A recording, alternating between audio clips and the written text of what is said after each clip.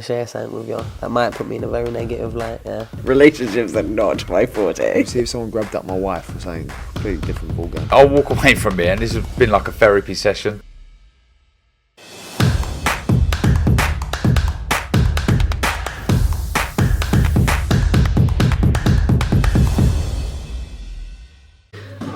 Andrew McCART, IFL TV, proudly sponsored by Everlast. I'm here in Liverpool in the Rotunda gym. With me I've got Joe McNALLY. Joe, the first time I've been in the Rotunda, man. And the first time I came in, I was like, wow, check the size of this place. There's bags everywhere.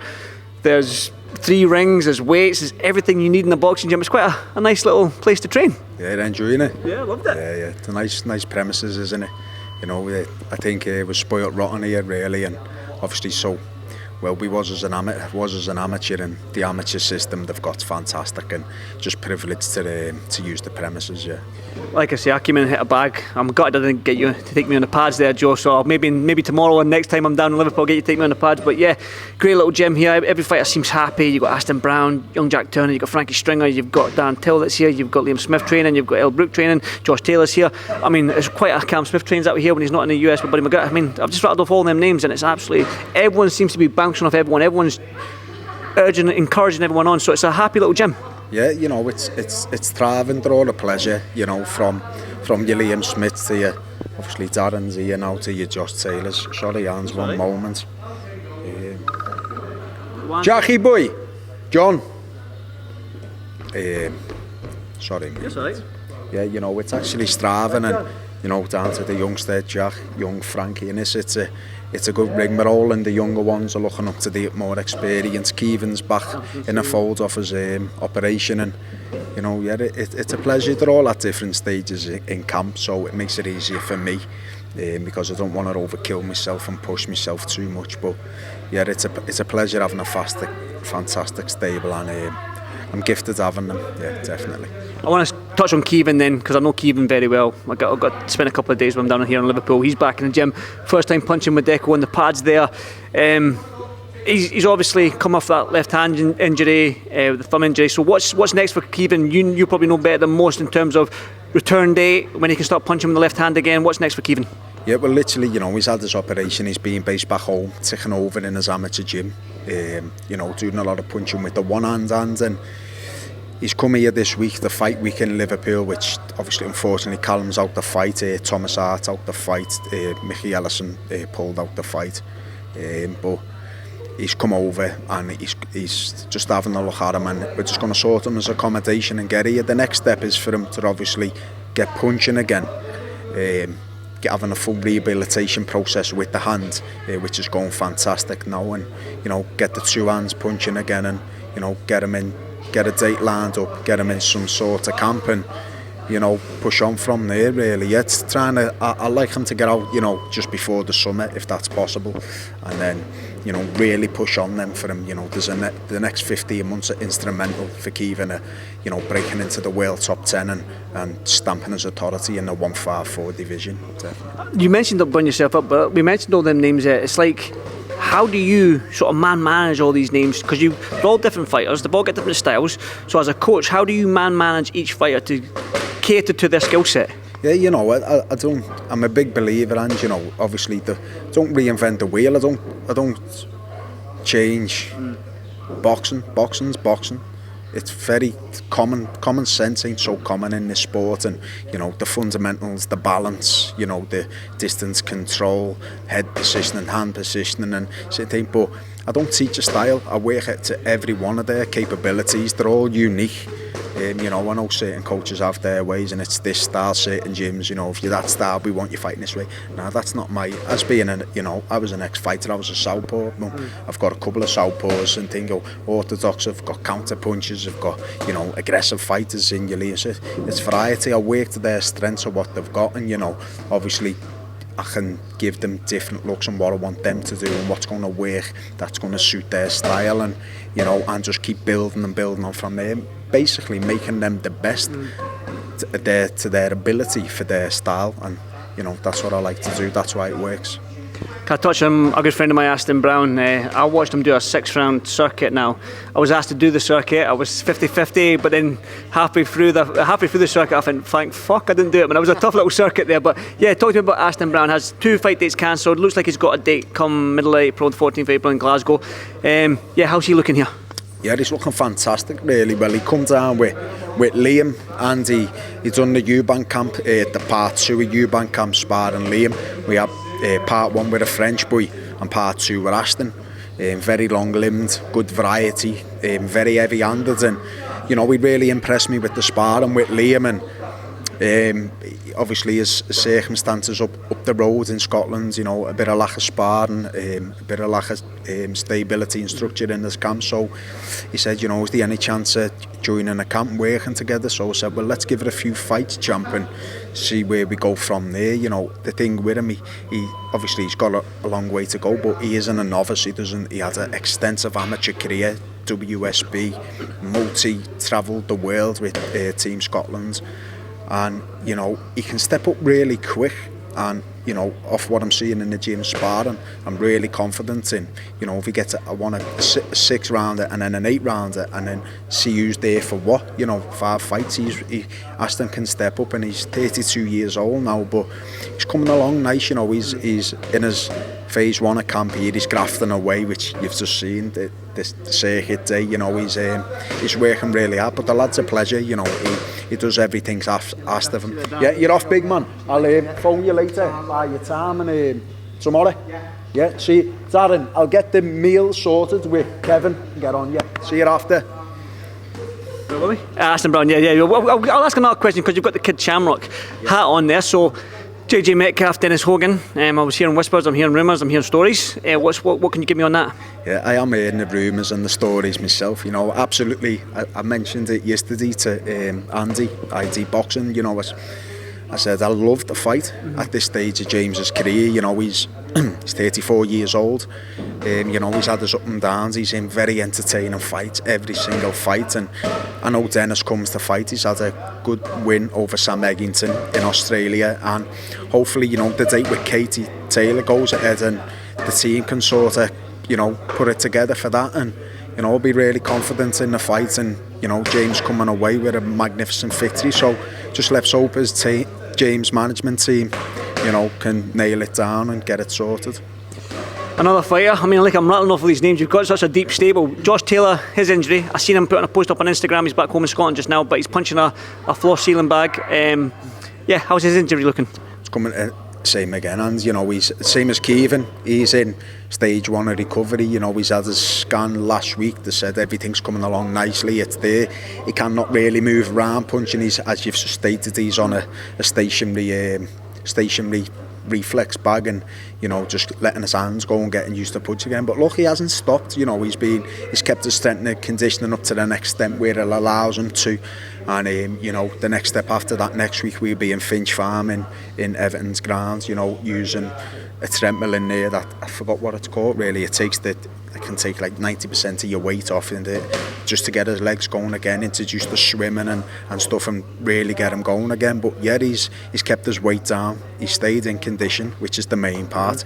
You know, he hasn't started living life again, and you know, he's ready to go to, you know, hit camp. Yeah. Well, excuse me, he's ready to hit camp because, again, it's not finalised yet, but it looks like he's got a good fight against Teofimo Lopez lined up. I think a lot of people probably gutted that the Catro rematch ain't happening right now, but I'm pretty sure that can happen further down the line. But Teofimo Lopez seems to be the immediate fight in June in Madison Square Garden. What a fight for Josh. I was in Vegas when he fought Ramirez, and Teofimo Lopez was calling Josh out then when he won the Undisputed title. So it's 2 years in the making for Teo. He's always wanted this fight. So yeah, talk to me about it. Yeah, you know, first and foremost, he's back where he belongs. You know, Josh Taylor, he's, you know, should have been my first fight working with him for the Catterell rematch. I was very, very confident in that, and it was, you know, one that sort of got away at that level. You know, he's had the rigmaroles in, he's ducked him, and at that level, no one's ducking no one. The business side and the mechanics that people don't see with the sanctioning bodies, the TV platforms, the dates and stuff, it's just happened that, you know, we've ended up with Teofimo Lopez. He's back on the big stage. Hopefully it is in the States. one off his bucket list, and it's a fight that I think stylistically wise is a lot tougher than Jack Catterall, but one that does suit Josh a little bit better. You know, he doesn't have to go looking for him. He's going to come to fight, and I think it'll be a barnstormer while it lasts, and I think Josh comes out with a magnificent victory. Yeah, I'm really happy, and you know, down to the Catterall thing, you know, I feel Jack's a fantastic fighter. He's a good fighter. Is he as good as Josh Taylor? No, he's not. Can he be a world champion? Most definitely, absolutely. You know, I think they're talking along the lines of the Pro-Gay fight, but the thing that's with him is he's not mandatory for no one. He's just been nominated to fight him, and us 20 and Uzbek or something, you know. But he's not going to fight him, is he? He's not going to run from him. But he's not going to fight him because to him, you know, he's after big fights and big. He doesn't want that. So they're talking the Pro-Gay fight, and if he gets that win, it makes it a massive fight with him and Josh. Josh beats Teofimo, he beats Pro-Gay. He's got a trinket.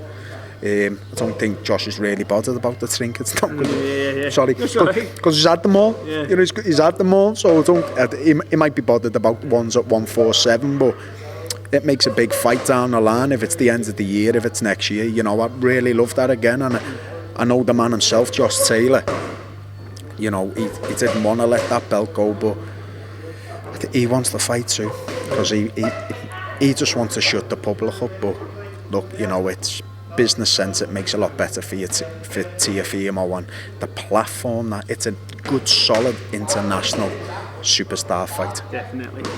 Hopefully I can try and go over there for that fight as well in New York. But Liam Smith's here. Options for him now after that tremendous win against Chris Eubank Jr. I've heard Chris Eubank Jr. rematch. That's probably at the top of the list right now. I've heard Billy Joe Saunders, he's wanting to fight with Liam Smith. CONOR Benn's obviously there or thereabouts. So Beck, he's been mandated for Beck for a world title. I mean, there's options for there, Liam. So again, probably 4 questions in one. Where does he go? Where he wants to, really. You know, it's the same. He's at a stage in his career. He's put himself, you know, his past couple of years have been a whirlwind, and he's had a magnificent kudos to him, you know, dedicating himself for 15 years as a pro. He's been a world champion. He's been British champion. He's absolutely done everything. He's travelled the world. You know, he is the R1. Got me gumshoe, got me bag, will travel. He really doesn't care, but he's getting his just rewards right now, you know, his long career, and he's in the gym. He's got no sign of declining, but hopefully this is his last year. You know, I love it too because he's got all his marbles intact, and you know he can retire financially secure and be a good. But the options are out there. I love the EUBANK rematch. I really would. I know Chris wants to fight. That's the first option.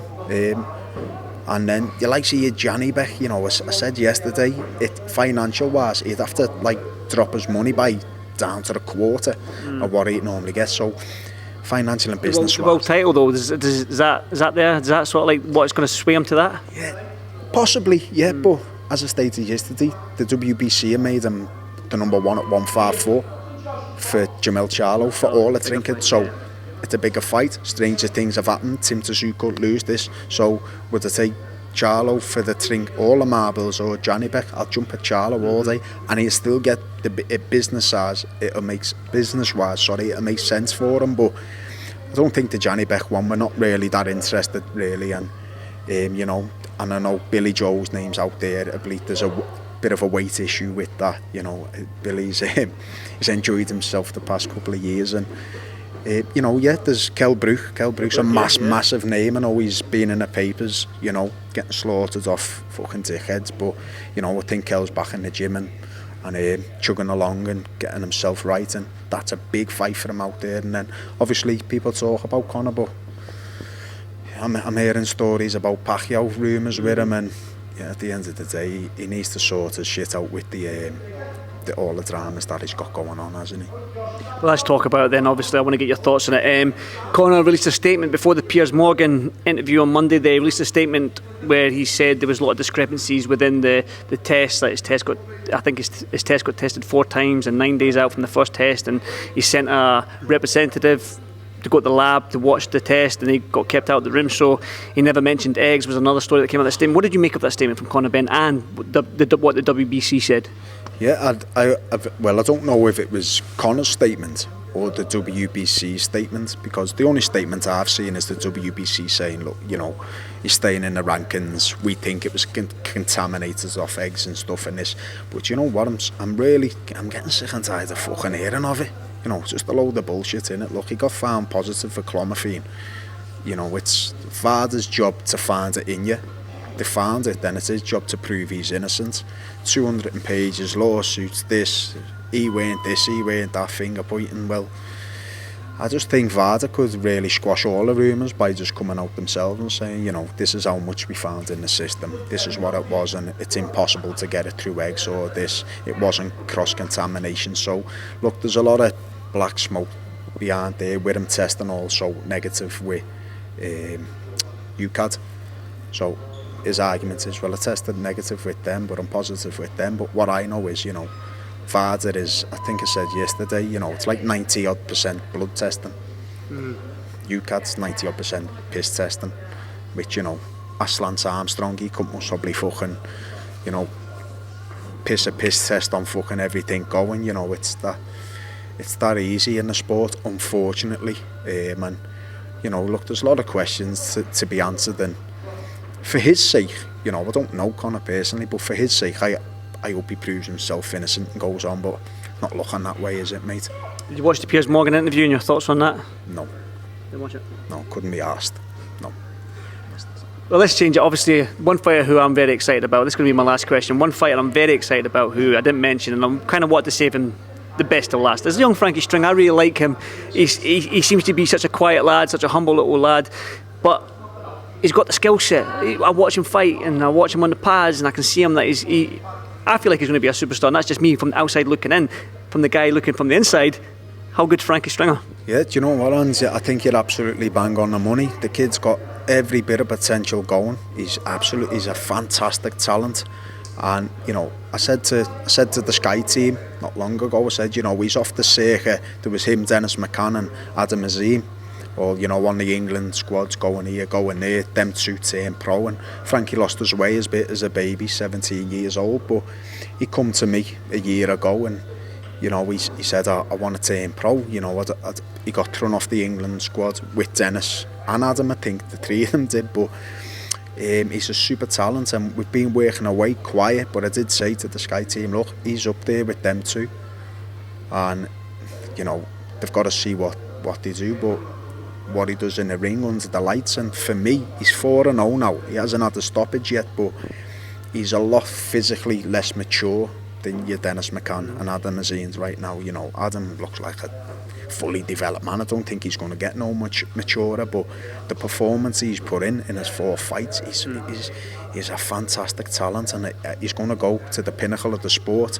And what he's doing in the gym, you know, he's doing things as a 4-fight novice. Last fought as an amateur, 17 years old. He's coming along really quick, and, you know, the next 12 months is going to burst on the scene, and I think people are going to stand up and go, fucking hell, where's this kid come from? He's really good. And, you know, I'm actively asking Liam, you know, get one of the, you know, the big companies to sign him in your Sky Sports box and match room.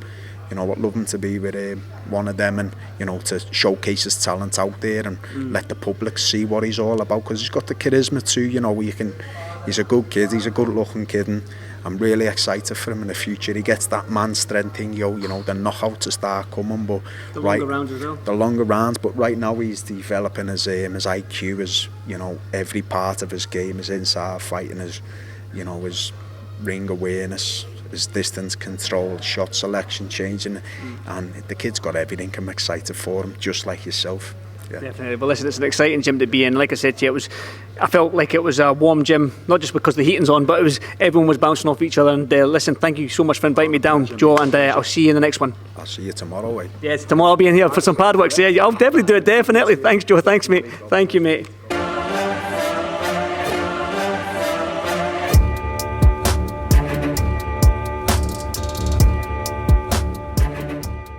I'm going to share something with you that might put me in a very negative light, yeah. Relationships are not my forte. See if someone grabbed up my wife for saying completely different ballgame. I'll walk away from here, and this has been like a therapy session.